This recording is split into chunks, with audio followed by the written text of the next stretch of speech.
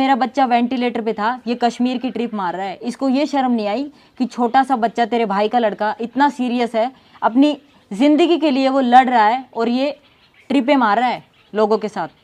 Elvis भाई, मेरी आपसे एक रिक्वेस्ट है कि आप दोनों साइड की बात सुनकर जब जज करो, हमें उनकी बात। अज्जू 0008 ने पता है क्या कहा मेरे बच्चे के बारे में, उसको देख के कि इसके तो रबड़ के हाथ हैं, डॉक्टर इसका वेंटिलेटर से हवा भर रहे हैं तब ये बच्चा सांस ले रहा है। तो चलिए अब स्टार्ट करते हैं इस वीडियो को। इसमें ये लड़कियां खुद, आप सोच सकते हैं कि गांव की लड़कियां जो हमेशा घूंघट में रहती हैं वो कितनी मजबूर होंगी कि उन्हें सोशल मीडिया की हेल्प लेनी पड़ रही है। उन्हें की वाइफ हो जो एक्सपायर हो चुके हैं, इन्होंने मेरे पति की डेथ के बाद मुझे धक्के मार के घर से निकाल दिया, और ये सब चीज़ों में सारे फैमिली वाले थे। अज्जू 0008 और उसकी गर्लफ्रेंड भी साथ में थी। मेरे 4-5 अबॉर्शन भी करा चुके हैं ये लड़का होने के चक्कर में, कि इनको लड़का चाहिए था, मेरे लड़कियां हो रही थी बार बार में, तो ये इनको एक्सेप्ट नहीं करना चाहते थे और इस वजह से बार बार अबॉर्शन करा रहे थे। मेरे हस्बैंड की डेथ के बाद मेरे लड़कियों को और मुझे धक्के मार के घर से निकाल दिया, और मेरे हस्बैंड की डेथ के 10-15 दिन बाद ही इन्होंने मेरी पहले बड़ी लड़की है उसको बहुत बुरे तरीके से पीटा, और तब मैंने उनको कहा कि भाई मेरी लड़की को क्यों पीट रहे हो, तो उन्होंने मुझे भी पीटा फिर कहा कि तू घर से निकल जा, तेरा कुछ नहीं है, तेरा पति खत्म हो चुका है, तेरा यहाँ पर कुछ नहीं रहा अब। ऐसा कहकर मेरे पूरी फैमिली वाले साथ में थे, अज्जू समेत। और उसके बाद मेरी नंदों ने और इन सब ने मुझे गंदी गंदी गालियाँ दी, और मुझे इन्होंने कहा कि घर में तुझे घुसने नहीं देंगे, ना तेरे को कुछ देंगे, तू इस घर से निकल जा, तेरा कोई हिस्सा नहीं है, ना तेरी लड़कियों का ना तेरा है। अब मैं अपने छोटे छोटे बच्चों को लेकर कहाँ जाऊँ, मेरे पास कोई चारा नहीं बचा, इस वजह से मुझे ये सब करना पड़ रहा है। मेरे बच्चे 3 साल से स्कूल भी नहीं गए, उनकी फ़ीस तक नहीं भरी इन्होंने। अब मेरे पास टीसी भी नहीं है, मैं इनका किसी और स्कूल में एडमिशन करा सकूं। हम दोनों बहनें एक ही घर में ब्याही हुए हैं। अज्जी से जो बड़ा भाई है दक्ष, उसके मेरी छोटी बहन की शादी हो रखी है। नमस्ते, मैं अज्जू 0008 के बड़े भाई दक्ष की बीवी हूँ। पिछले साल जब मेरे जीजू की डेथ हुई तो उस टाइम मैं प्रेग्नेंट थी। इन लोगों को पता होते सोते इन लोगों ने मुझे और मेरी बहन को मार मार के घर से निकाल दिया। मैं इधर आ गई अपने पापा के पास, क्योंकि इन्होंने तो घर से निकाल दिया था। प्रेग्नेंट होते हुए ट्रीटमेंट भी चलता है। तो मुझे जब बेबी डिलीवर हुआ 19 मार्च को बच्चा हुआ, तब वो बहुत ज़्यादा बीमार था, इतना ज़्यादा क्रिटिकल था कि बच्चे को वेंटिलेटर की ज़रूरत थी।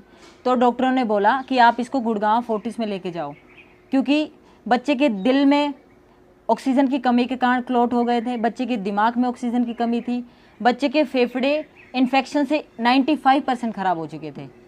तो उस टाइम पे जब बच्चे को फोर्टिस लेकर गए तो मेरे पापा ने अज्जू और उसकी फैमिली को फ़ोन किया कि भाई बच्चा क्रिटिकल है, तुम लोग आओ, पैसे भरो। तो वो लोग बोलते हैं, वो पहले तो वो आ गए, उन्होंने सोचा ठीक है बच्चा थोड़ा बहुत बीमार होगा। उन्होंने आकर देखा, उन्होंने कुछ दिन 6-7 दिन का बिल दिया बच्चे को देखते हुए। तो उसके बाद उन लोगों ने, जब उनको पता चला, डॉक्टर ने बोला बच्चे का ट्रीटमेंट 1 साल तक चलेगा, क्योंकि बच्चा ज़्यादा क्रिटिकल था। तो उन लोगों ने बोला कि ये बच्चा अपंग, विकलांग, लूला, लंगड़ा, पता नहीं मेरे बच्चे को क्या क्या बोला, छोटे से बच्चे को।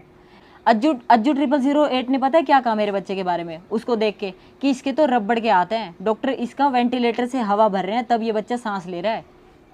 उस टाइम पे बच्चा इतना क्रिटिकल था कि कोई भी देखता ना तो उसको भी छोटे से बच्चे पर दया आ जाती। जो ये अज्जू क्या बोलता है कि छत पर पक्षियों के लिए पानी रखो, इसको उस टाइम पर दया नहीं आई मेरे बच्चे को देखकर। इन लोगों ने क्या किया कि बच्चा तो मेंटल है, इल है, फलाना ढमकाना। ये लोग 6-7 दिन के बाद बच्चे के बारे में पल्ला झाड़ के चले गए। ये हुए हैं कि जब मेरे पापा उसके बाद पंचायत लेकर गए वहाँ कि भाई अब तो मेरी बेटियों को घुसने दो, अब तो बच्चा थोड़ा ठीक हो गया, आगे का ट्रीटमेंट तुम करा देना। तो उसके बाद अज्जू, इसके भाई, इसकी पूरी फैमिली ने मेरे पापा और पूरी पंचायत पर लाठीचार्ज कर दिया इन लोगों ने। अज्जू और इसकी फैमिली को बिल्कुल भी ये नहीं था कि ये घर में घुसें। चक्कर क्या है अज्जू का, सारा प्रॉपर्टी का, क्योंकि इसको कभी ये गाड़ी लेनी है, कभी वो गाड़ी लेनी है, इसको गर्लफ्रेंड घुमानी है जो इसकी गर्लफ्रेंड है। हम लोगों को शादीशुदा होके इन लोगों ने, अज्जू और इसकी फैमिली ने घर से निकाल रखा है। और कुंवारी लड़की प्रतिभा, आप घाटा में भी जाके पता कर सकते हो, इन लोगों ने उस लड़की को घर में रख रखा है। अब आप बताओ, मैं तो इतनी मजबूर हो गई हूँ, मेरे पास कोई ऑप्शन नहीं है। मेरे पति ने बोल दिया मेरे बच्चे को मरने के लिए छोड़ के कि मैं इसको एक्सेप्ट ही नहीं करूँगा। मैं कहाँ लेकर जाऊँ इस बच्चे को, कहाँ मैं खुद जाऊँ, कहाँ मेरी बहन जाए अपनी लड़कियों को लेकर। मेरे पास कुछ ऑप्शन नहीं बचा सोशल मीडिया की हेल्प लेने के अलावा। मैं बस हाथ जोड़कर विनती करती हूँ कि प्लीज़ मुझे और मेरी बहन को हमारे ससुराल सही सलामत कैसे भी करके इन लोगों को समझाएं, बुझाएं। इन लोगों को बोलो कि हमें घर में घुसने दे भाई, मेरे बच्चे को एक्सेप्ट करें। और ये अज्जू, ये तो डेली व्लॉगर बनता है ना। इसने कभी मेरी बहन की 12 साल की लड़की को दिखाया, कभी इसकी 10 साल की लड़की को दिखाया, कभी मेरे लड़के को दिखाया बड़े को। इसने तो मेरा बच्चा वेंटिलेटर पे था, ये कश्मीर की ट्रिप मार रहा है। इसको ये शर्म नहीं आई कि छोटा सा बच्चा, तेरे भाई का लड़का इतना सीरियस है, अपनी ज़िंदगी के लिए वो लड़ रहा है और ये ट्रिपें मार रहा है लोगों के साथ। इसको उस टाइम पे भी शर्म नहीं आई कि भाई ऐसी कंडीशन में तो कोई घूमने का सोच भी नहीं सकता। ये दोस्तनी को थार दिला रहा है, ये दोस्तनी के साथ कॉफ़ी पी रहा है। चलो भाई तुम्हारी लाइफ है, तुम करो, लेकिन थोड़ी सी तो अपनी भाई के बच्चे के लिए थोड़ी सी तो दया रखो अपने मन में। इसने तो डेली व्लॉगर जो होते हैं वो अपना सब दिखाते हैं। इसने ना मेरा बीमार बच्चा, इसने तो जिक्र तक नहीं किया। इसने तो जब मेरे जीजू है ना, जब उनकी डेथ हुई तब उन्होंने जिक्र किया अज्जी ने कि ये मेरा भाई था। उसके मरने के बाद दिखाया कि ये मेरा भाई था, जीते जी उसने कभी नहीं दिखाया कि ये मेरा भाई था। कि तू अपने दोस्तों को यहाँ लेकर जा रहा है, घुमाने लेकर जा रहा है, अपनी दोस्तनी को थार दिला रहा है, तो भाई तुझसे मेरे लड़के का बिल नहीं भरा गया क्या? और अज्जू, ये मैं तुझसे भीख नहीं मांग रही, ये मैं तुझसे वो पैसे मांग रही हूँ जो मेरे बच्चे के हक के हैं। मैं सिर्फ इतना मांग रही हूँ कि मेरे बच्चे का इलाज हो सके। अरे 2-3 लाख की तो बात थी, तुम लोगों को उसमें भी शर्म नहीं आई।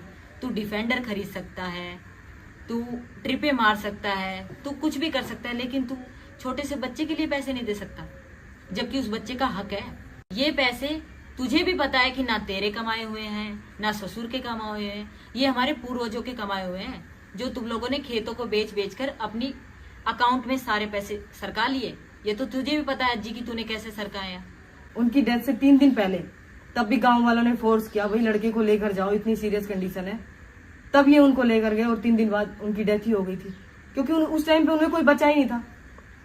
उनकी डेथ से 6 महीने पहले मैंने इनको इतना कहा कि भाई इनको दिखा लो, क्योंकि मुझे पता था कि इनके बाद मेरा इस घर में कोई नहीं है। उन्होंने जीते जी ये बात तक कह दी थी कि रीना, मेरी डेथ के बाद तुझे इस घर से भगा देंगे, रहने तक नहीं देंगे, ये बात कह दी थी। पर और डेथ के बाद ये सब जो हुआ है, मुझे आज बहुत वो होता है कि हाँ, ये बात उन्होंने सच कही थी। शायद मेरे हस्बैंड की डेथ के बाद अज्जी को उनका कोई दुख नहीं था। उनके 1 महीने बाद ये ट्रिप मारने चला गया था अपनी गर्लफ्रेंड के साथ, जो कि सोशल मीडिया पर वायरल हो गई थी, वो सबको पता है। और इनके घर वालों ने घर डेकोरेट किया, सारा सब कुछ, मतलब नॉर्मल रहने लगे। उनको फर्क ही नहीं पड़ रहा था कि हमारे घर में हुआ क्या है। और क्योंकि इनको खुशी थी, अज्जी को तो ये खुशी थी कि भाई हिस्सा मुझे मिलने वाला है। अब तो भाई जो हिस्सेदार था वो तो गया। और ये तक बोलते थे लड़कियां हैं, लड़कियों को कोई हिस्सा थोड़ी होता है, लड़का होता तो हिस्सा होता, इसलिए मुझे धक्के मार के घर से निकाल दिया। और मुझे ये तक बोला कि तेरी लड़कियों को कुछ नहीं है, जब तेरा पति चला गया तो तेरा यहाँ पर कुछ नहीं बनता। और इस चीज की मेरे पास रिकॉर्डिंग भी है। अगर इन्होंने मुझे झूठा साबित किया ना, तो मैं सबके सामने रिकॉर्डिंग भी लेकर आऊंगी।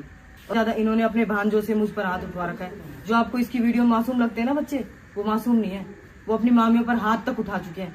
4-5 साल पहले हिमांशु नाम का जो भांजा है इनका, उन्होंने, और मेरी बीच वाली ननद विमल नाम है उसका, इन्होंने मेरे ऊपर हाथ उठाया था, जो कि FIR दर्ज है, अब तक भी दर्ज है। इनकी जो बड़ा लड़का है निक्कू, वो इन्होंने जबरदस्ती मुझसे छीन कर वहाँ रखा हुआ है। ना उसका स्कूल में एडमिशन करवा रहे हैं, ना ही उसको अच्छे संस्कार दे रहे हैं। उससे पता है क्या कहलवाते हैं मुझे, तेरी माँ की, तेरी बहन की, पता नहीं क्या क्या मुझसे कहलवा रहे हैं। मेरा ही बच्चे से मुझे ही गालियां दिलवा रहे हैं, ये संस्कार दे रहे हैं बच्चे को। एलविश भाई, आप तो मेरे छोटे भाई जैसे हो। मैं आपसे एक बात कहना चाहूंगी।